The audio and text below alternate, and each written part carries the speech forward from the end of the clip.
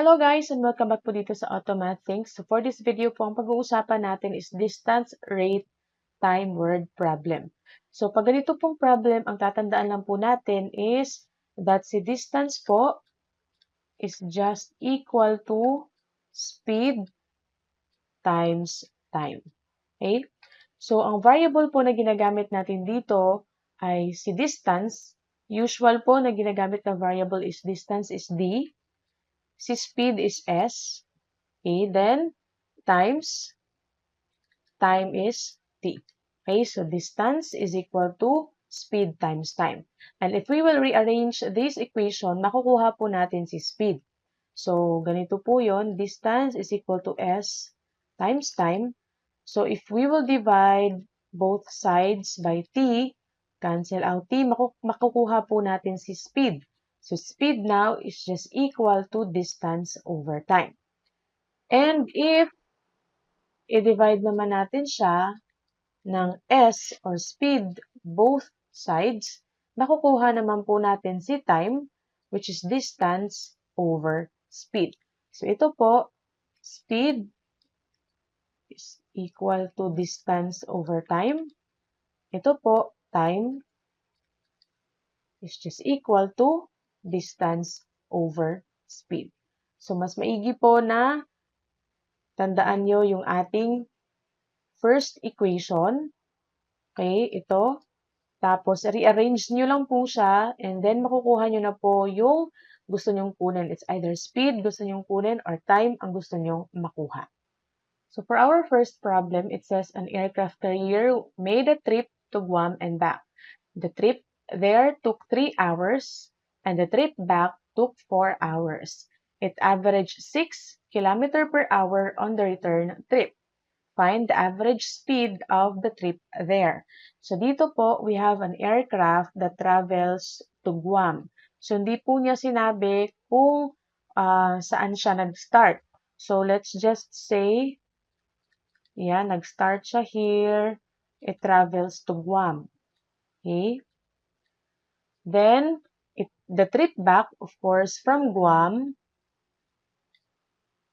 to the starting city. O, nilagyan lang natin dito ng start. Then, sabi dito sa problem, the trip there took 3 hours. So, 3 hours ang trip from start to Guam. And yung trip back is 4 hours. That is, Guam to start, it's 4 hours. So, we have time. So, given po yung time natin. And we also have the average 6 km per hour on the trip back. So, ang speed po dito, okay, sa Guam to start is 6 km per hour. So, this is now our time. Let's say T2, that's for our trip back. And yung time 1 natin is yung trip natin from start to Guam. Now, hinahanap po natin dito is the average speed of the trip there. So, yung speed po from start to Guam. Dahil po meron po tayong speed dito na 6 km per hour at yung na-consume po natin na oras pabalik from Guam to start is 4 hours. So, pwede po nating i-calculate si distance. Kasi yung distance po is parehas lang from start to Guam at saka si Guam to start. So, distance is equal to speed times time. So, yung speed po natin is 6 km per hour. Okay, yun yung speed po natin. Lagay lang natin dito S2, no? Kasi that's our trip back at saka si T2. Times yung time pabalik, which is 6 hours. Cancel hours. So, ang matitira po is kilometer na lang. So, 6 times 4, that's 24 kilometer. So, yung distansya po from start to Guam is 24 kilometer. Now, ang hinahanap po natin dito is yung speed or S1, yung speed from start to Guam. So, yung speed po natin, yung formula natin is distance over time. Okay, so distance, parehos lang yung distance natin, 24 kilometer all over time, yung na-consume from start to Guam is 3 hours. So, 24 divided by 3 is 8 po. So, ang atin pong speed is 8 km per hour. So, yun po yung answer natin sa ating example number 1. Let's have our example number 2. A passenger plane made a trip to Las Vegas and back. So, meron po tayong passenger plane. Okay, so ito po yung route 1. So, lagyan ko na lang dito route 1. Start, okay, to Las Vegas. So, pumuntang Las Vegas. Then, trip back. So, from Las Vegas, bumalik yung plane, okay, sa starting point. So, that's our second trip. On the trip there, it flew 432 miles per hour.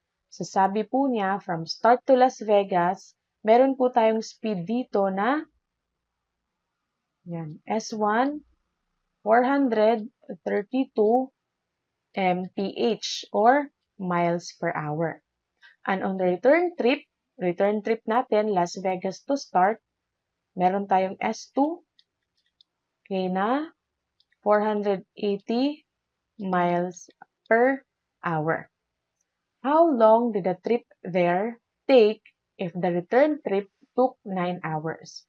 So, yung return trip po natin is, or yung T2 natin is 9 hours. So, 9 hours po yung na-consume pabalik from Las Vegas to start. So, ang hinahanap po natin dito is yung T1. Yung time na na-consume ng eroplano from our starting point to Las Vegas.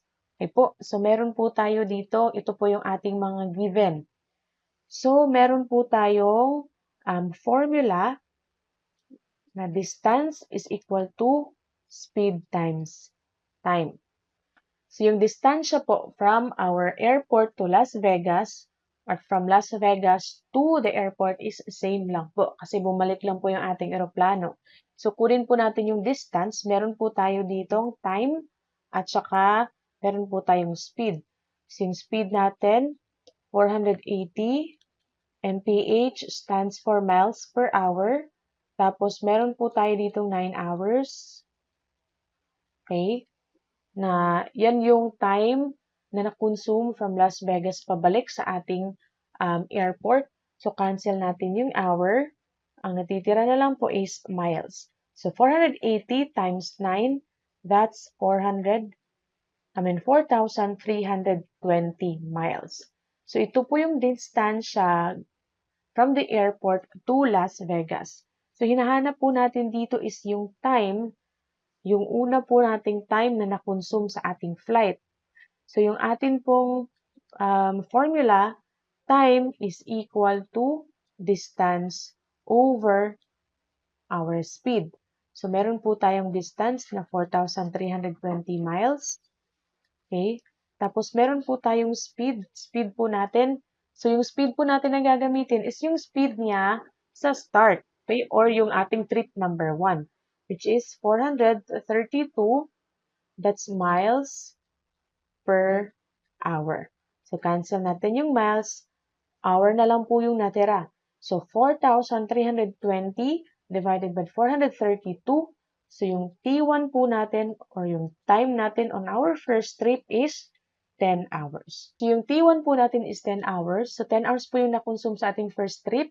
Then, makikita nyo naman po, mas mabagal po ang eroplano. 432 miles per hour lang. Compare natin sa ating trip pabalik, which is 480 miles per hour. So, yan po. Ganun lang po mag-solve ng distance, rate, time, word problem. Tandaan nyo lang po yung kanyang formula ng distance, which is equal to speed times time. Maraming salamat po and see you po on my next video.